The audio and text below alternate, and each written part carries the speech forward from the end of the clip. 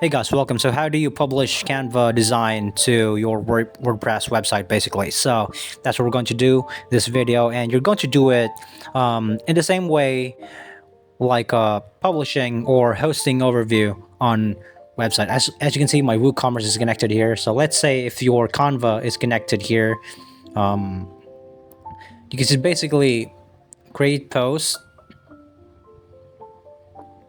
You could embed it if you want. You can just go to Canva and embed it if you want. But if you want to do this directly like this one, you just basically just go off the bat, add a title, whichever it is. Just click on this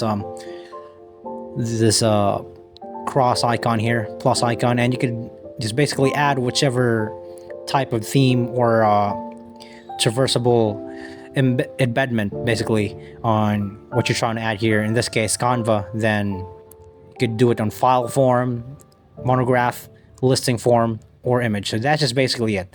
Thank you so much for watching, and click on publish after you're done, and you guys have a nice day.